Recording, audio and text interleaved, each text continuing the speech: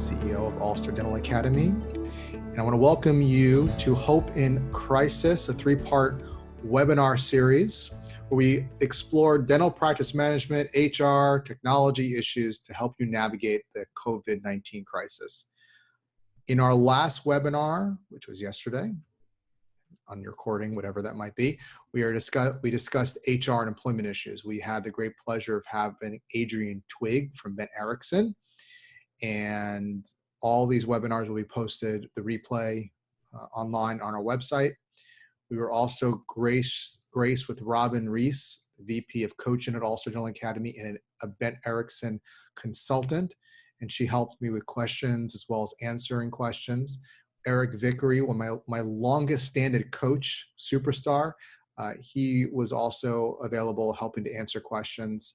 And I think those are the coaches we have on the line kind of helping us out. So thank you. Much gratitude to both of you for helping, and thank you for coming here today to help out with us.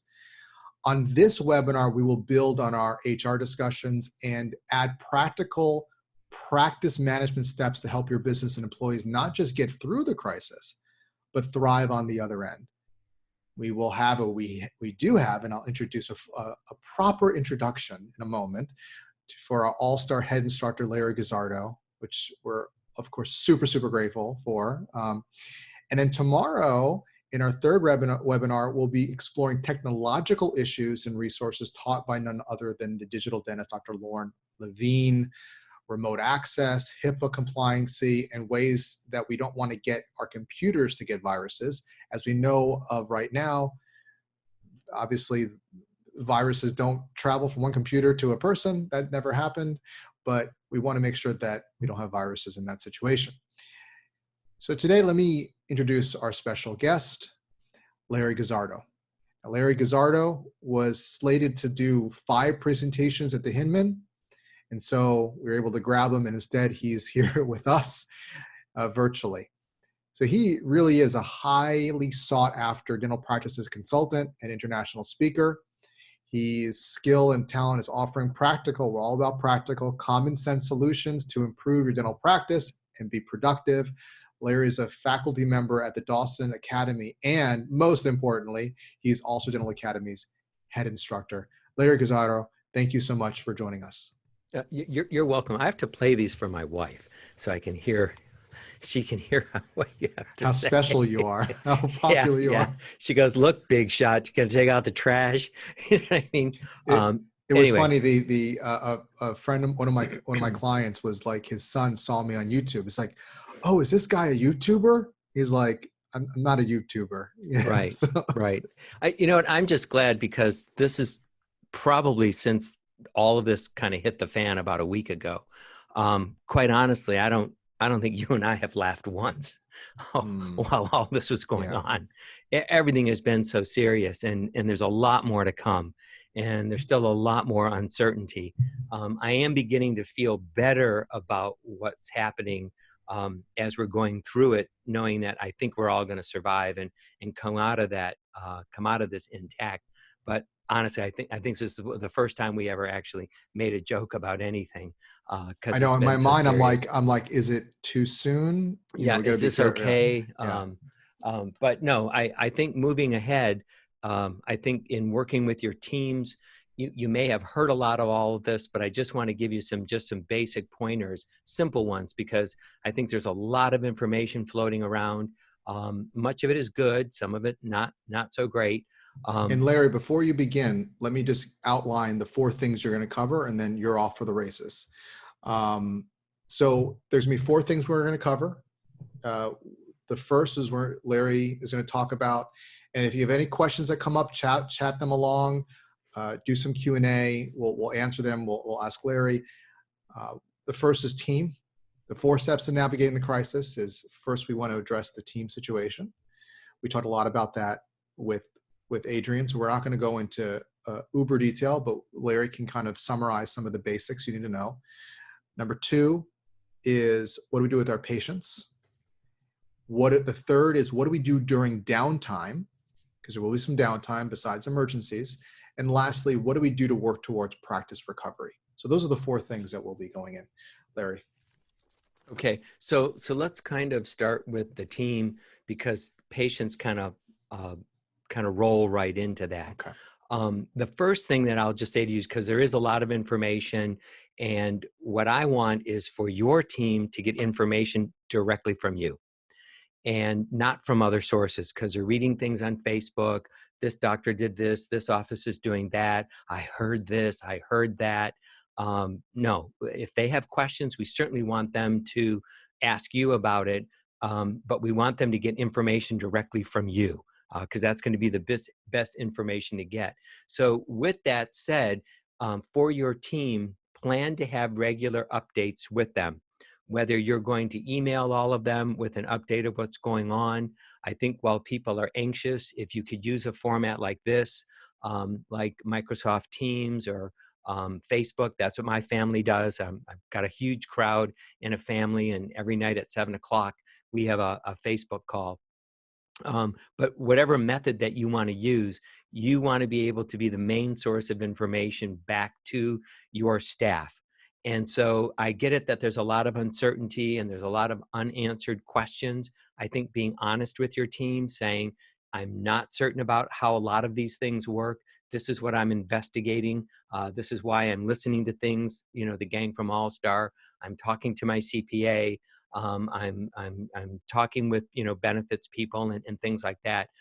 Let them know I'm trying to get these answers as quickly as I can, and so just be honest with them and say that if you have a question or a concern, I want you to ask me, because you don't want them talking amongst themselves. Hey, I heard this or I heard that. That's when people who are nervous start to get suspicious of your motives and what you're up to. So as far as the team is concerned, have regular meetings with them. And say every day at this time, we either going to get together and talk. You may do it more frequently now in the beginning as things are unraveling very quickly. And then maybe as time goes by, you might do it every other day or every other third day or something. But you want the team to realize that you are providing them with information. And I'll tell you this, if they don't see that they can get it from you, they're going to go someplace to get it. And my worry is that it will be information that either doesn't apply or it's not true, or it's not something that you're going to be able to help them with. So you want them to see that here's where you get your information from, directly from me. And if you could do it with the whole team together, that's great. Also, don't forget the fact that even though all of us, I am in this too, my wife is, Alex is, Heather is, Eric, Robin, everybody, we're all in this together. It affects each one of us personally. And we have to remember that we can talk to the group, but each one of your team is going to need it to have an individual conversation because it affects each one of them individually. And everyone's concerned, how do I survive for the next month, 2 months, or 3 months, whatever it is? So you want to be able to talk to them individually. And so that's the point that I want to make, particularly about the team, is that they know that they're getting their information from you. And if they hear something that you think that we should know about, then I want you to contact me directly, either by cell phone, text, or bring it up in one of our group meetings. But let's talk about it as a group. If you want to let me know ahead of time, I'll get the information for you, and then I'll announce it to everybody. My point here is that you want your team to see that you are not only approachable, but you're also available, so that they're not seeking out information from other sources that doesn't work for you. I think that will go a long way for keeping your team intact and realizing that they're secure, that they're safe, and that they're going to have a job to return to.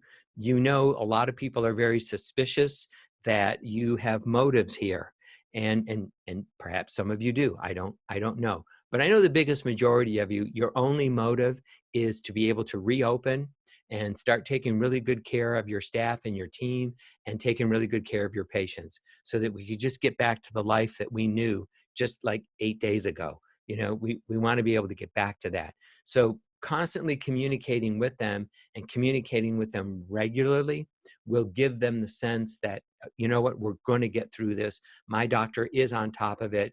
The doctor is getting good advice and he's helping us. Unfortunately, there's not a lot of good answers for a lot that's going on right now, as far as where our funding will come from. Will it be like an SBA loan? Will it be a loan through the CARE Act? How will employees be compensated? All I could say to you is that it looks like there is going to be financial assistance available, not only for the office, but there's going to be financial assistance available to the team. I think everybody's hearing a lot of stories, and they think that they're going to actually come out of this better than what they would have if they were actually working. I'm very doubtful of that. That will happen, but I think that they're going to get the assistance, because in the end, what I see the government is trying to do with the way that they're trying to control this virus is basically, if they could just get us all to stay home, if they could just get us all to stay home, then this virus won't continue to spread. And if it doesn't spread, then we can get on the other side of it. Now, the only way that you're going to get people to stay home is if they have work or they're going to get paid. And I think that's why we're seeing such a massive, it's not, to me, it's not like a stimulus package. It's really more like a recovery. You know what I mean? How am I going to help you? This is more like disaster relief. It's really not a stimulus package, because you can't go out and spend money right now. But we want you to be able to pay your rent. We want you to be able to pay your mortgage. We want you to be able to pay other bills, loans that you have, buy food, that type of stuff. And so I get the sense that what they're trying to do is, if we could hold you in place so that you could feel comfortable staying at home, then we could stop this virus from spreading. And it appears to me that given the amount of money that they're talking about, they're going to be able to make that happen. I also know, unlike you and me, the federal government can print money, so they can make this last as long as they want it to. And we'll worry about the ramifications of all of that later. But right now, we got to get past this virus. So if I'm making any sense about with your team, it's just the open communication. You want to teach them that you are a source of information. You're willing to answer those questions, and that you're willing to communicate with them on a regular basis about what's going on. That's what's going to make them feel like they're safe and secure, and that there'll be a job to come back to. If I just bundle right into that, your patients, it's the same thing. I don't think that you should be overwhelming them with information right now, but I think if you haven't done it already, you should have contacted your patients, let them know that you're following ADA and state health department and state, Department of Health, Dental Association guidelines, that we're limiting our care to emergencies. But you want to convey to them, we are open. You may not be open in the sense that we were, again, 8 days ago, but those phones need to be answered. And, we want to be able to convey to people that we are open, but we are following the guidelines. And so our care is limited to emergency patients. I'd like to see that your phones are answered as much as possible, by a live person, so that people don't get nervous thinking, I don't know where they are. I don't know when I'm going to get called back or whatever. If those could be answered as they come in, that way those questions could be answered right away. For those patients, because they need the same reassurance, and you want them to learn that they need to get information from you and not from other sources. So if you haven't communicated with them, definitely do that now. And then plan on communicating with them, like maybe every couple of weeks, because what you want to be able to assure them of is that we do follow all necessary precautions, so that you'll know that you'll be safe in our office, and that our employees will be safe as well. And so we'll be able to treat you. We have to remember that we haven't had this kind of a problem before, but we went through a very similar issue with the AIDS epidemic, where we were actually seeing patients when it happened. And all of a sudden we had to realize, are we really safe from our patients? Are they safe from us? Because there was that issue, was the dentist actually passing the virus along? So this isn't exactly the same, because we're going to have the opportunity to be closed and get ready for the changes, but you're letting the patients know that, nope, there's no reason for you to delay treatment. There's no reason for you not to call our office. And there's no reason for you to not, come into the practice, because we are practicing these very, very safe measures for everybody. So for your patients, you don't have to communicate with them as frequently as you do with your team, but if you haven't already done it, communicate with them about what you're doing, and then plan to do that again, maybe at least once a week, once every other week, while this is going on. Again, we don't want them getting information from other sources because it may not be accurate or even true. And so you want them to learn that the information that we're getting is, good, and it's coming right from you. So make sure that they're aware of that. But the key thing is, have somebody available to answer your phone. I think that that's very, very important, that if they actually get a live person. Some of you know my wife is a medical doctor. The team was like, people aren't coming in for appointments. They're afraid to travel. There is a stay in place kind of order in the city of Atlanta, even though her practice isn't in the city. My point to you is, there's a lot of confusion. Number one, all hands on deck. I want every email that we get, every phone call answered. And so there is something for employees to do: answer the phone. And so the first day of this whole episode, our office logged over 400 phone calls because our system tracks, all this information. But my point to you is that I didn't want them getting a voicemail message. I wanted them getting a human being, that we're okay, you're going to be okay, and that if you have an emergency, you are going to be treated. And so you don't have to worry that we're not going to be able to help you. So for patients, regular communication, have it come directly from you, but make sure that those phones get answered. During the downtime, I know that you can be creative, and you've probably heard a lot of these things already, but all that stuff you've been wanting to get to, if you're looking for reasons to compensate employees, then compensate them for getting the office painted, the carpet cleaned, the place dusted down, sanitized, whatever it is, all those old charts you've been wanting to get rid of, maybe even doing a little bit of redecorating if you can get supplies in from a store. Things that you've been wanting to update on your website. This is a good time. Redoing all of your forms, you know what I mean? If they need to be updated, particularly your health history forms, there might be questions that you want to add to that, but give people a reason to be able to come to work, and they in things that they could be paid for. So in your downtime, you can do all of that. I wouldn't let people go stale. Even professional sports players, in the off season, they don't just go lay on the beach the whole time. Tom Brady, I know he's exercising, he's stretching, he has his own trainers. And so I would make it mandatory for your team, during the time that we are limiting our care, we are not limiting our training. And there's a lot of training that's available that could be done not only for clinical reasons, but there's training that could be done for practice management. This is a great time to sharpen the saw on the way that you answer the phone and the way that you answer questions, looking at your schedule. And so let's not go stale. Let's not have us come back to work whenever that occurs, and all of a sudden we're like, oh, I forgot how to learn how to do this on the computer, or we jumbled, how we answered the phone. It's going to be just as important then as it is now. So what I'm recommending is that you actually say, look, we're going to have this one meeting every week where we keep up to date, and then I would piggyback right onto that. We're going to do some training after that.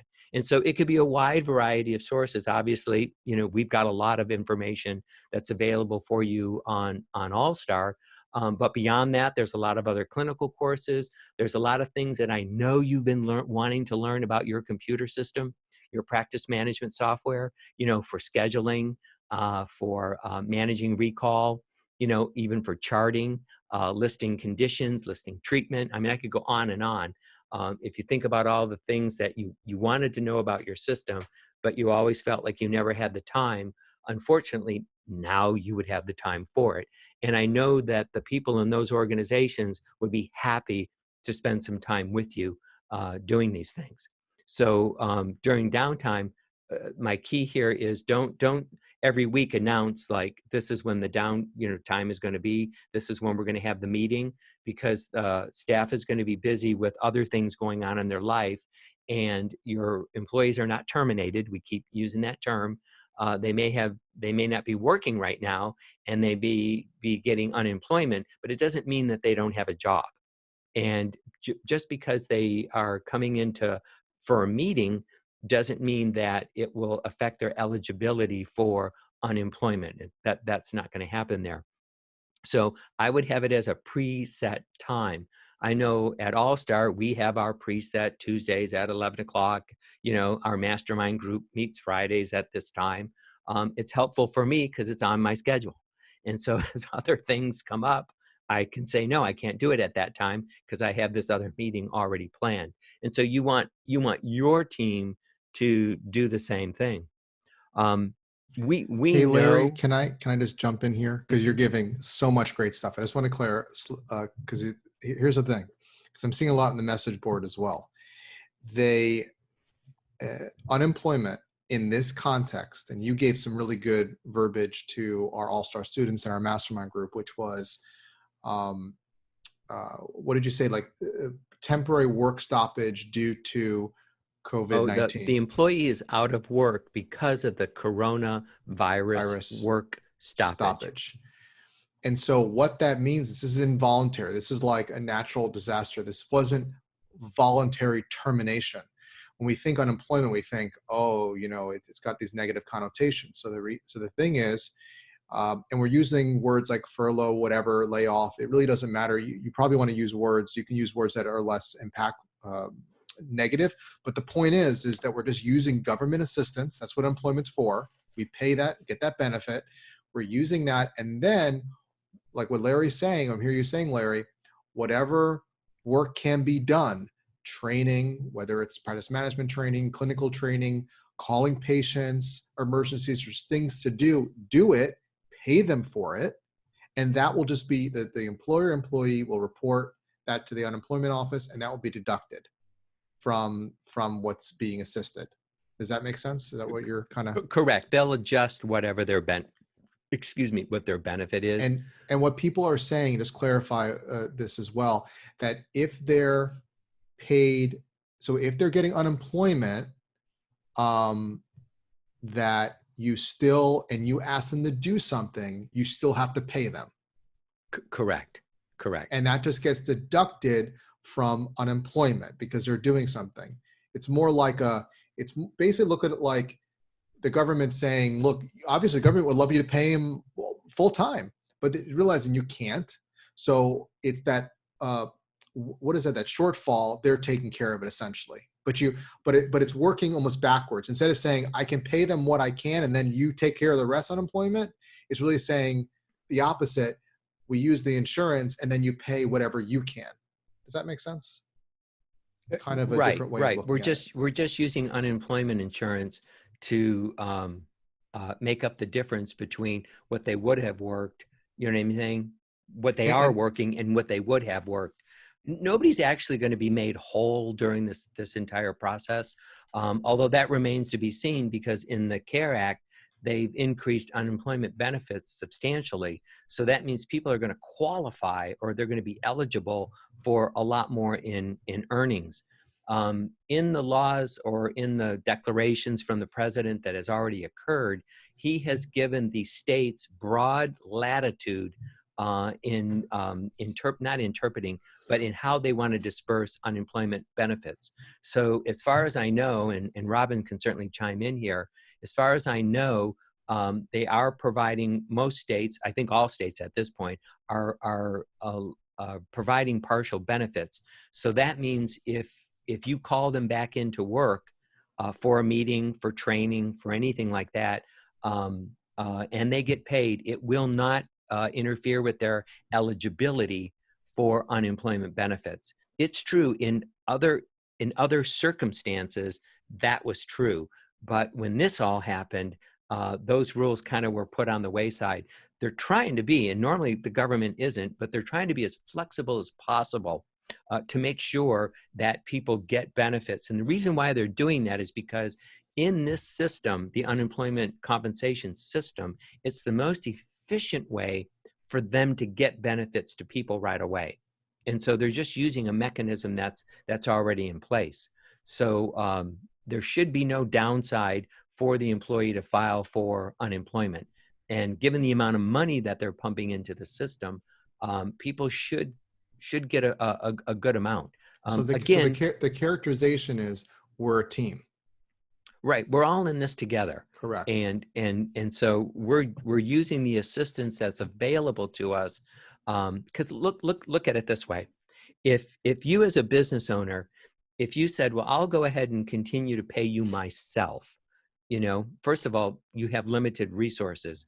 And so if you can go ahead and pay them now while they're not working, that's great. That is great. But it wouldn't be prudent for you to do that, because it'll just eat up all your available resources and take away all of your liquidity. The problem for you will be when we reopen, because now we're probably going to rebuild and pretty fast, but not as fast as anybody's going to like us to. So you have to remember, when they start working again, they're going to be getting full pay, and you're going to have resources for that. If you've already spent it when they weren't working, how are you going to be able to spend it when they start to work? If I'm making any sense. So that's why we're relying on this government assistance, because it allows you to preserve your own capital. Somebody has a question: is how can I tell our staff to do a training if we, quote, lay them off?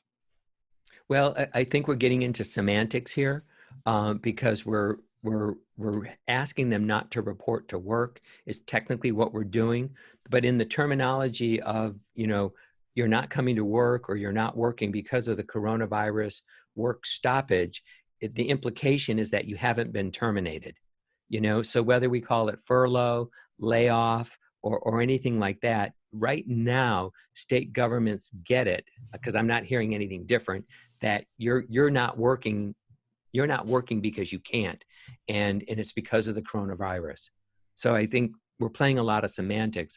I am also hearing from a lot of people that the unemployment compensation forms and their online systems haven't been updated, because this has happened so quickly. So there's not an option for them to click, coronavirus work stoppage. They can only click furlough, layoff, or work reduction in workforce. The truth is, they can mark anything down, because even before this happened, they could say that they quit. But when you verify what happened, you say quit, they were fired. And here's all the warning notices. You know what I mean? And here's my staff policy manual that says that you could be fired for these things. And here's the warning that said they would be fired. So my point is they could write whatever they want. The unemployment folks are going to verify all of this with you. When it finally gets to you, it's going to be the coronavirus work stoppage. These people are not terminated. They have jobs. Right. They are employed. They're just not working right now. We get this. We've been getting this question a lot, which is, if they're on unemployment and or whatever the situation, we ask them to come in or we ask them to do something, and they don't.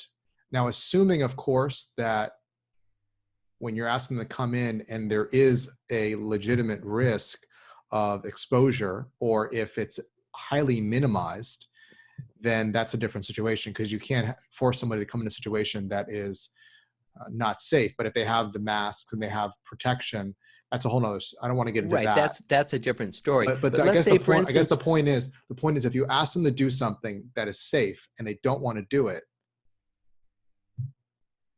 Go ahead, Larry. Well, that remains to be seen. But the way I've seen it work in the past is that if you're following all the proper protocol and you're doing it correctly, and the person feels like, but I'm afraid to come to work, because we saw this during the AIDS epidemic, that people were afraid to come back to work. They didn't think the gloves and the masks and all that was really going to work. Those people chose to leave the profession. They weren't granted permanent unemployment. permanent unemployment. They weren't granted disability. Those were people who just changed careers. I think the bigger issue for us will be when we start work again. We might be full guns because we'll have some idea of when we're going to get to restart, which means we can start to fill up our schedules again.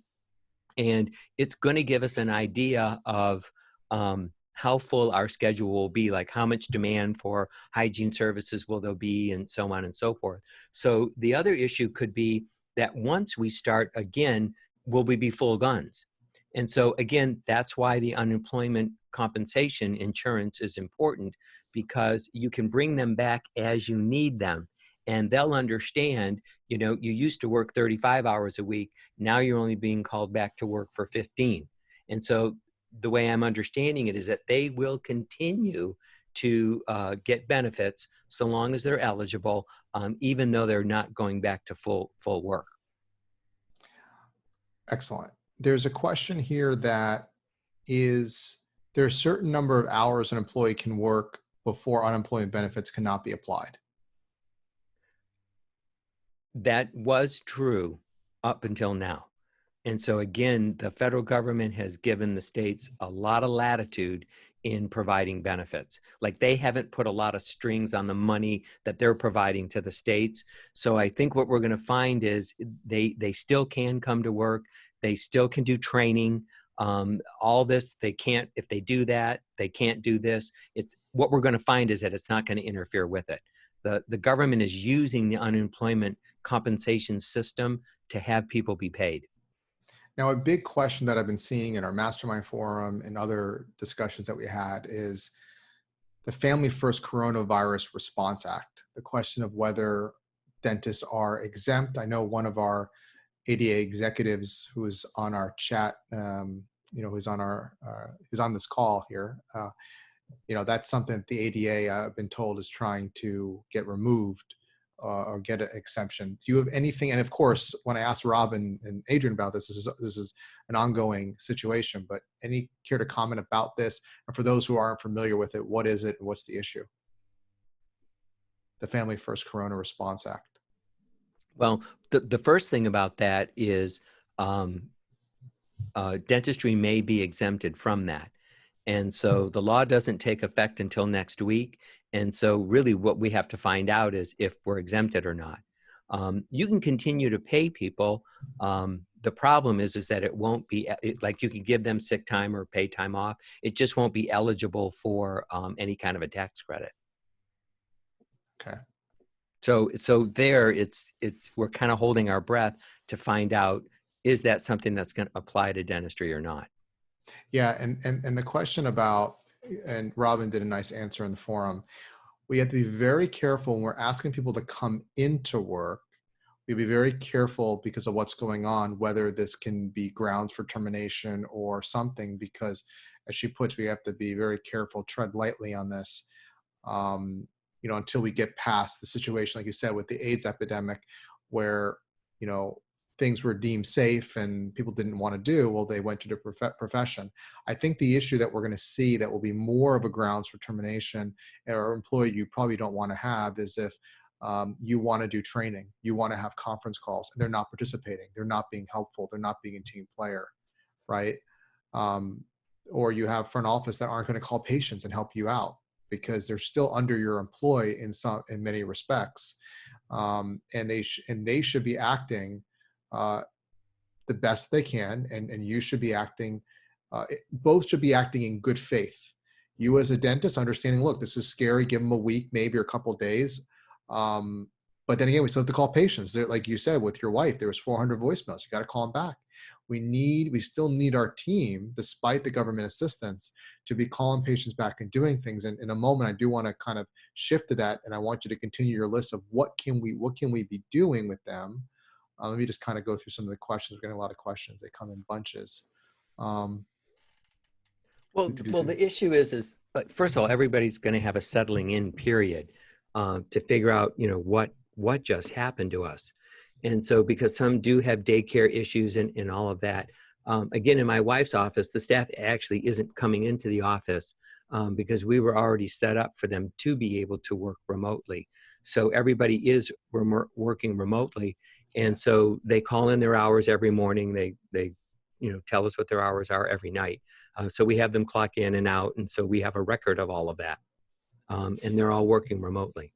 And there's a good, interesting point in comments that we do have to understand too, that training remotely is a new, difficult challenge for many people. Now, Larry, you and I and our all-star team, we're a virtual company. We've been doing this for years before it was popular. Yeah. And so it's like, oh, of course you go do it. But there are people that, even if they're young, they don't get technology. I know, Larry, you're not, I have to work a lot with your technology with you, but you've been doing much, much better. But the point is that we have to understand that, work with that, be patient with that. But I will say, I mentioned that at allstardentalacademy.com, I have this survival kit. It's been doing a very, very popular program. What it is, it lists a bunch of resources. And so I'm going to keep adding resources there. I have Ben Erickson link. I have a link to Lauren Levine's audit survey to help your technology. Got a lot of free material, a lot of free webinars and training.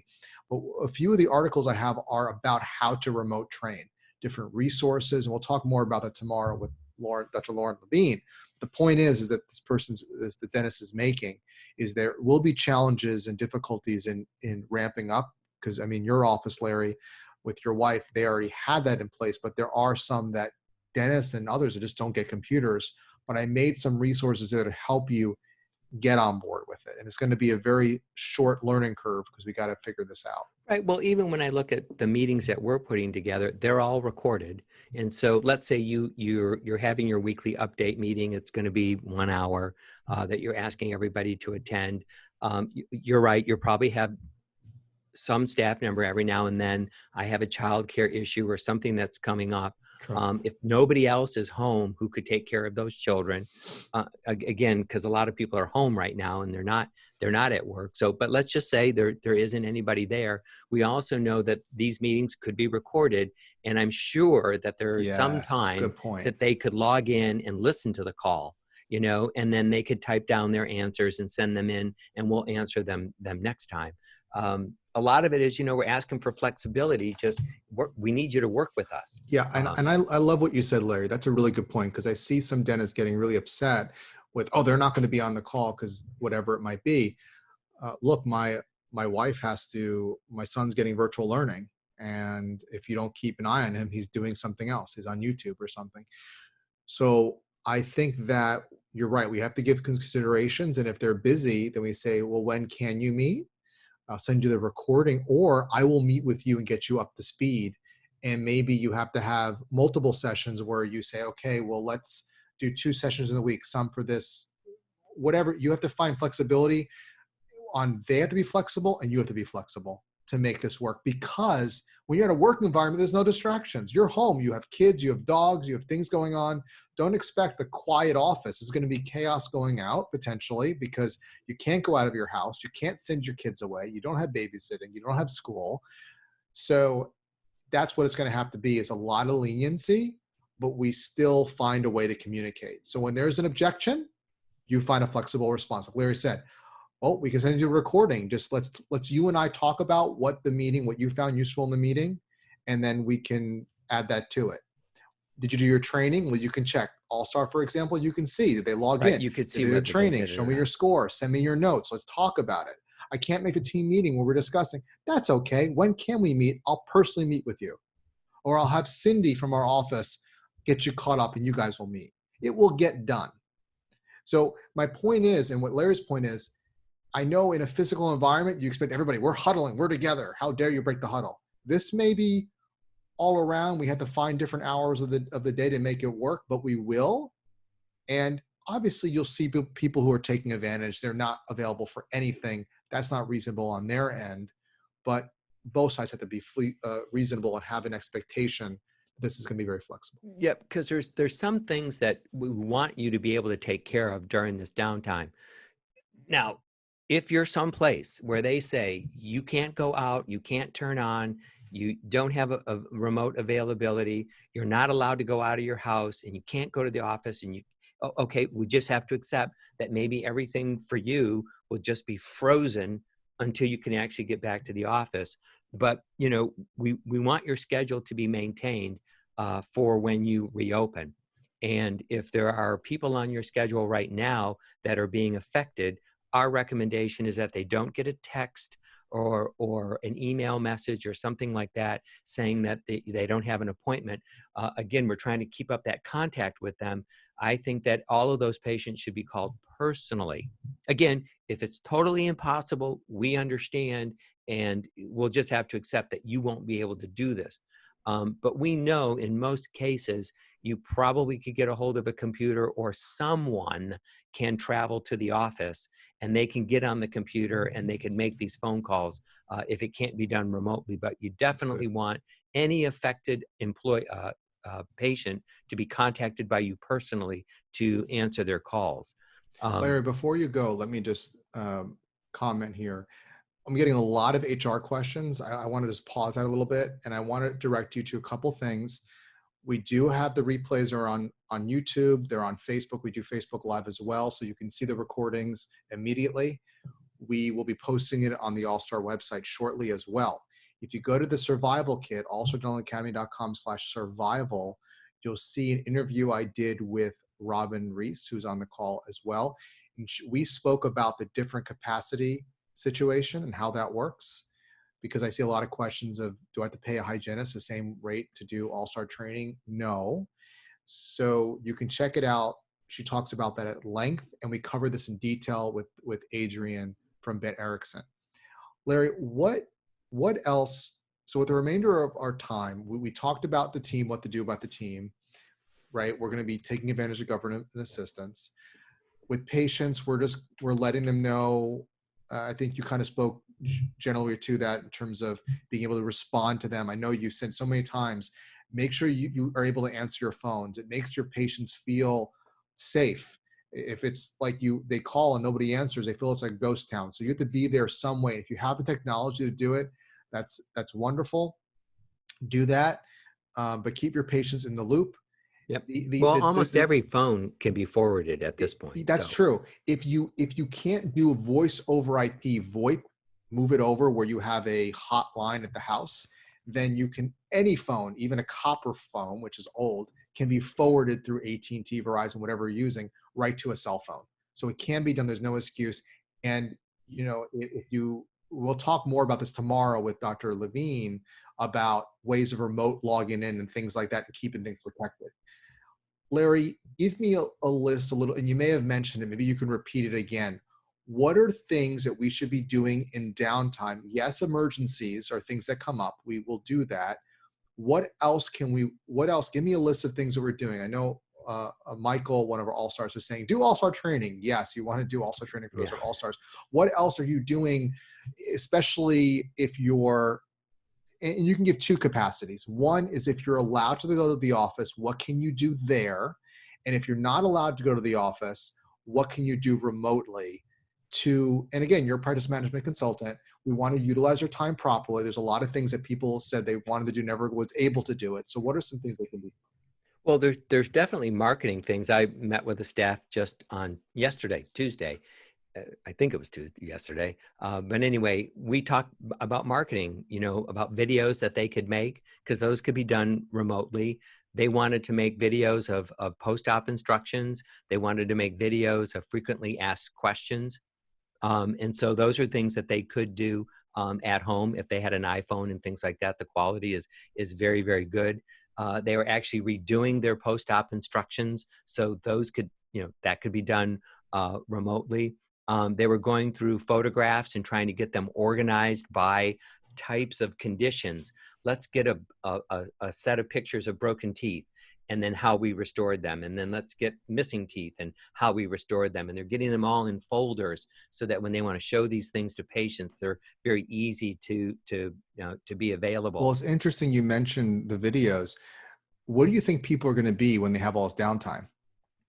I think they're going to be watching videos. They're on Facebook. Yeah. They're on Yeah. Facebook. So make sure your Facebook page is up to date. Instagram, you have pictures and videos of you at home. Here's a dentist at home. Look, I'm doing and by the way, you did send a nice ADA piece about tele conferences. You can actually bill for that. There are ways you can communicate Yeah. remotely. Yeah. But be on Facebook.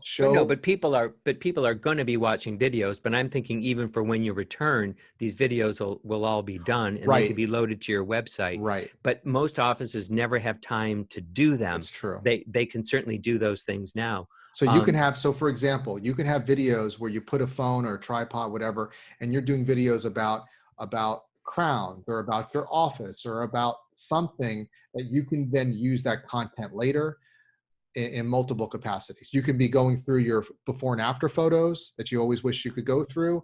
So there's some of those things that you can be utilizing this time. Oh yeah, and like every office that I know has had a challenge getting blogs published. And so I would go to people and I would say, think of all the things that you want to do more of in the office, whether it's implants, veneers, periodontal therapy, whatever it is. Then, and we have marketing webinars that we have done in the All-Star Library, but think about things you want to do more of, and what would you like to write about? What would your patients like to know more of?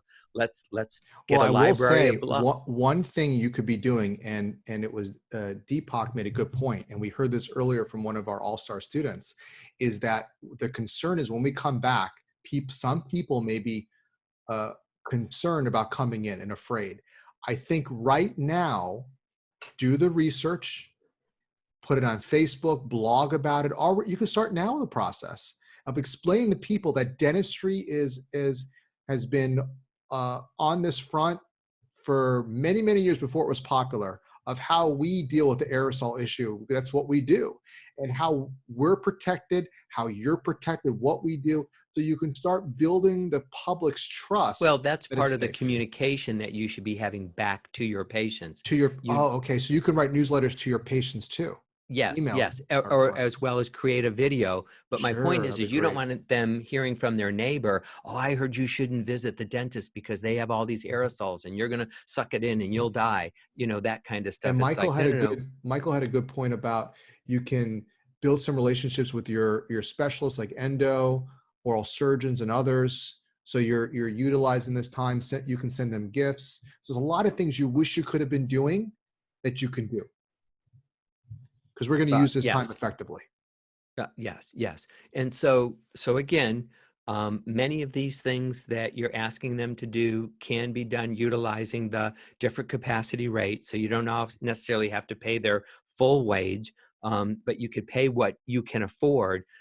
My issue is, and I've done it with my wife's staff, if it's a project that we have been trying to get done for eons and no one's ever had the time to do it, I'm willing to spend even full wage to get that done, even though I'm not obligated to do that. But if we finally get this document problem settled, I'm willing to pay for it, And so you're right, you have a budget, so we have to limit, this is how many hours I have available for this project, and ask them to do it, because we don't want to be broke when we come out of it. And that's what people are saying as well in the chat. Like, what we're saying is, we're not saying do everything that we're saying. We're saying there's a lot of things that can be done to do things you wished you had time to do. Yeah. And of course, don't do it just to do it. And don't just pay people because you want to pay people, because some people are saying these could be very expensive projects. They can be broke at the end of it. You have to work within your budget. You have to work with, the way I look at it is, you're making an investment. If you are getting the unemployment help, and you have some cash to make the investment in training, to make the investment in these relationship buildings, then that will help to employ your team to do that. And we talk about, in the video I referenced, Adrian's, the HR one, and Robin's, about different capacity, it'll be more affordable. But that said, dentists, if you do not have the resources to even supplement your team much during this time, besides emergencies and things like that, there's a lot you can be doing yourself with this time. You're doing administrative work, you're planning, you're doing program. I just released a free 60-minute MBA program to work on your business and leadership skills. So that doesn't cost any money. Number one, dentist, you're the leader. You got to be taking care of what you can be doing with this time, because you'll have some free time. And if you have the luxury of have a budget to pay your team to do, Stephen Covey, we all heard of Stephen Covey, yes? Wrote 7 Habits of Highly Effective People. And one of the things is, right now we're talking about the first part of our section was what's urgent and important. What I do with my team, what I do with my patients, that I have to deal with. What I do with my business, so I have cash flow. I have to have a business. But after you get past that, you got to start working on how you grow businesses, is you focus on what's important, but not urgent. There's a lot of things that are important. I know I should train my team. I know I should be doing mission, vision, goals. I know I should be having plans and systems. I know I should be doing these relationships with other doctors. Now it's a time to do that. The way you grow your business and ensure you're able to recover properly is you're making those investments in at least time. Does that make sense? Yeah, So I it want does. to, But the bottom line here is that we don't want you to lose contact with your patients, and we don't want you to lose contact with your staff. We don't want them to be disengaged, and then, maybe 8 weeks down the road or whatever it is, then you want to try to get together as a team. You'll almost be starting from scratch. at the minimum requirement, what I hear you saying, even and again, we can't, every dentist is different. Some have a huge budget of savings, some don't have much. But I would say this, and Larry, I think you'll agree with me on this: minimum once a week communication with your team. And I assume that you would pay for this, right, Larry? Yes, it's a meeting that they're expected to attend, but this is a good investment in your practice. You know Correct. how it is when kids go back after they've been away at summer break, they go back to school. All teachers tell them they've lost literally, 2 or 3 months of learning. You know what I mean? Like kids, we kind of have to review for the first couple of months just to get them back on track. So So you maybe we don't do it want them to this, be disengaged, but beyond right? that, we don't want to Yeah, throw logic out the window sure. either. So I guess step one is you have to make sure that you're engaging your team. If that's a few minutes a week, an hour a week, you can pay them a different capacity rate. We talk about that in the prior webinar and then in Robin's video on our website. Well, and not to cut Yeah, you off, but another thing you can do too, again, we don't want to throw logic sure. out the window, but you want to be engaged with your team. You could just make it completely voluntary. You can say, as a team, we're getting together to check on one another, to provide announcements, so on and so forth. Oh, If you want to come, come. If you don't want to come, you don't have to come. If it's completely voluntary, then then they it's don't not, have you to don't be have to be paid. paid. Okay. I originally suggested that you make it mandatory because this is a business and I want us to be intact, functioning when we're ready to go, when things can Gotcha. reopen. But Gotcha. you know what? We don't have to throw logic out the window. Say, you know what? It's voluntary and you don't have to attend. Yeah, and so the point is this: is you have to know your own budget, what you can do. And yes, what Larry was saying is if there's not much of a budget or zero, then you have these voluntary meetings. You could be a WhatsApp group, a text group, a Facebook group, whatever. It could be some quick voluntary. Hey, we just want to keep each other company and whatever. But the whole point is, whatever you do, whether it's that, whether it's mandatory meetings, whether we're doing training, whether we're meeting more often, whether we're making investments, it doesn't matter. The point is this: you want to be able, whatever it is in your situation, you want to be able to keep an intact team that has hopefully some measure of training, Cohesiveness. hopefully some cohesiveness. So when you come back, they're not gone. Because I'll tell you this, what I believe, and I keep saying this, is you probably will find a bigger cost is not the saving from the unemployment and stuff. If this team is not cultivated, like you don't do their car maintenance, right? And that car breaks down, which means you don't have a team when you come back. They're not happy with you. They're not happy with the situation, how it's handled. Or they quit. According to Ben Erickson and the research of HR, it's going to cost you 1 to 3 times the employee to hire somebody else. You're talking of tens of thousands of dollars to fix a situation. So what we're telling you is not just what you can do to save in cash, and make the investments in the future so your team comes back. They're like, I love my dentist, I love my team, I love this place, because it is often like a second home. Yeah, and I think keeping in contact with them during this time is going to be important. Again, as I said before, you don't want misinformation. You want what they know coming from you, not from somebody else. You want them to see that you're available as well as approachable. So Excellent. do you see any final things that maybe we need Well, to get yeah, answered? the last thing is, Larry, tell me about, and I think you were speaking about, just summarize the last step, which is moving toward practice recovery. So we talked about the team, we talked about some things to do with patients, we talked about some things to do with downtime, from the very minimal, okay, which what you said, we don't want to throw common sense out the window, Right. to the maximum where I know, I think for you, for example, you have a full-time office manager still intact, and others have things that are going on. You got to pay, like you say, never throw common sense out the window. But lastly is moving towards practice recovery. What does that look like in your mind? What has to happen? I know we're kind of like, we're not really there yet, and we'll talk much more about it as we get closer, but give us a little vision of what that could look like when things start to Well, get a little better. because you're going to have a backlog of treatment that you were supposed to get done that didn't get done. That's why your scheduling is so important. You're going to have to look at each one of those appointments that had to be canceled and look at the severity of those issues. And maybe you'll come up with your own kind of ranking. But you know what? Who do I need to get in first?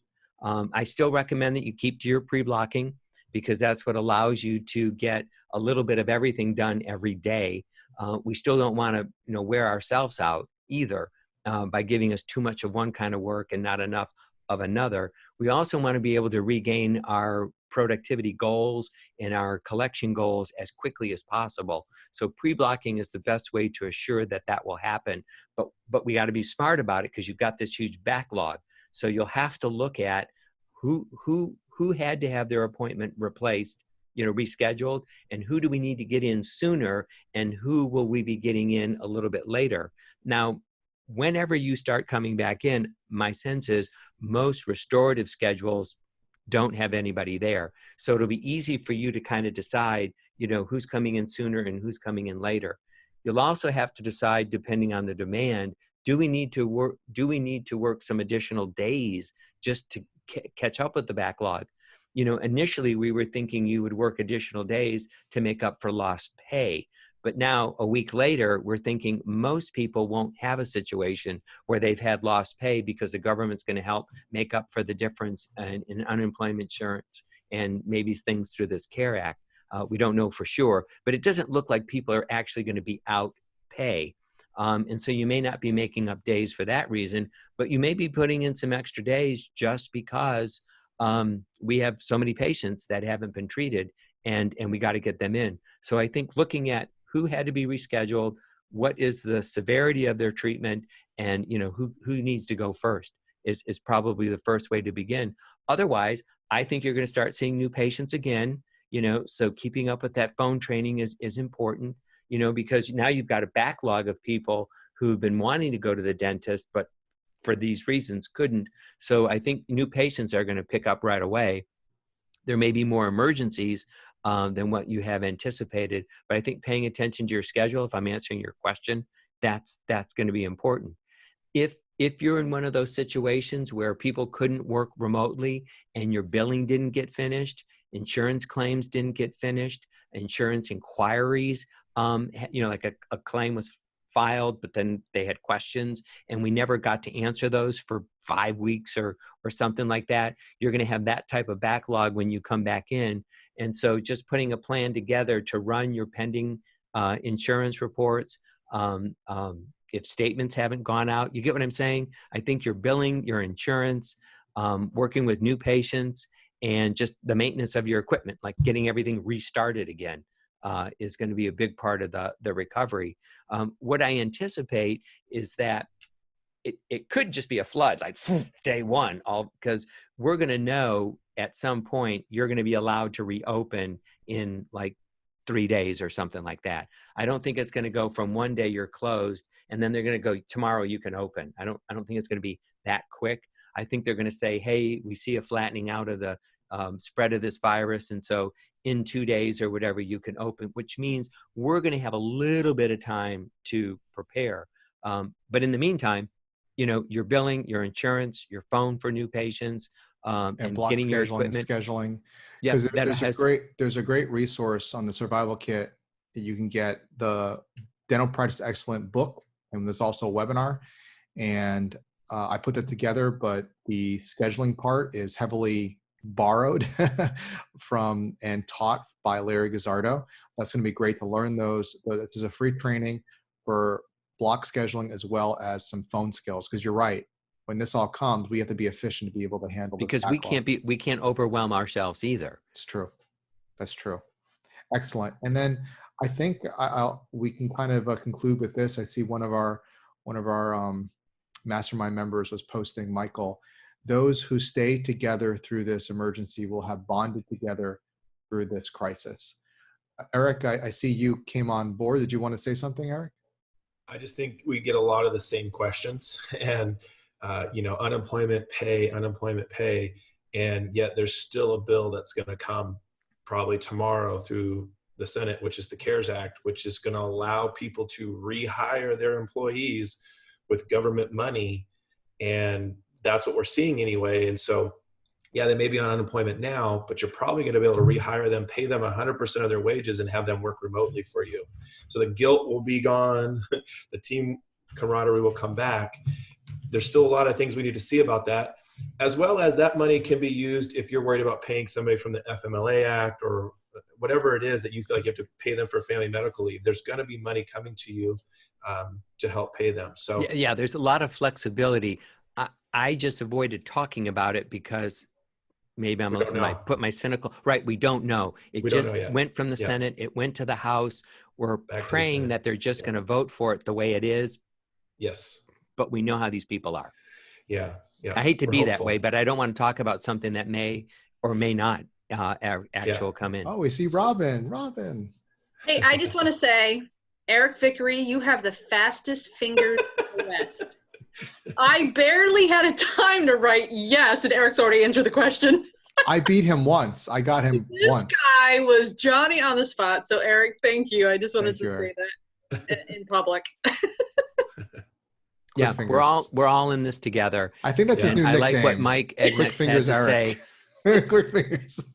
You're right, Larry. Yeah. If we stay together during this emergency, we're going to be stronger and better when we get through it. And I'm very confident that will happen. And you know what's interesting is everything's kind of transferable as well. And I try to, when I give advice, I try to speak from the heart, what I'm going through, what All-Star's going through too. And it's amazing to see. I mean, I love my team as it is, but it's amazing to see just Larry Guzzardo step up, Eric, Robin, all of our coaches, all of our people, just so generous. Like, I mean, I'm not paying these coaches. They're on here on their own time to help out and just take care of all of you. And so he just admitted what a tightwad he was. So yeah, well that's okay.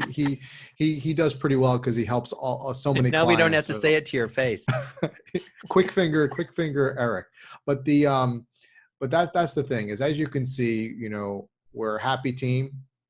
We work very hard. We take, and these, virtual helps. I mean, again, we were a virtual team. I never met Eric. I didn't meet him until many years after kind of retaining him virtually. So the point I'm making is as you can see, there's a power in keeping your team together.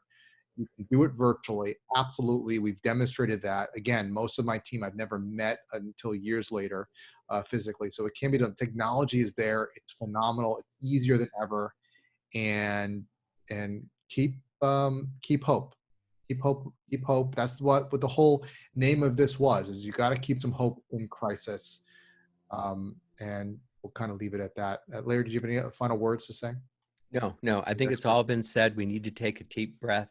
And if we work together and demonstrate some flexibility, we're going to come out of this just as well as we were. I'm sorry that this has happened to us, and I wish that we didn't have to go through it. I'm experiencing it as just another chapter in our life, but I think we're going to be okay in the end. Excellent. So we'll see you all in the next webinar with Dr. Lauren Levine, and like I mentioned before, there's the survival kit that we put up on allstardentalacademy.com, and you can get a lot of the resources that we talked about here, and we'll add more. We'll keep adding. The the replays will be posted. They're already on Facebook already if you want to watch it live, and the replay's instant. Be on YouTube soon. It'll be on our site. We'll continue to generate some great content for you, help you all out. We got to keep dentistry strong. Thank you, Eric Vickery. Thank you, Robin Reese. Thank you, everybody. And of course, our head instructor, Larry Guzzardo, thank you for being so generous and so supportive. Until next time, go out there and be an all-star. An all-star.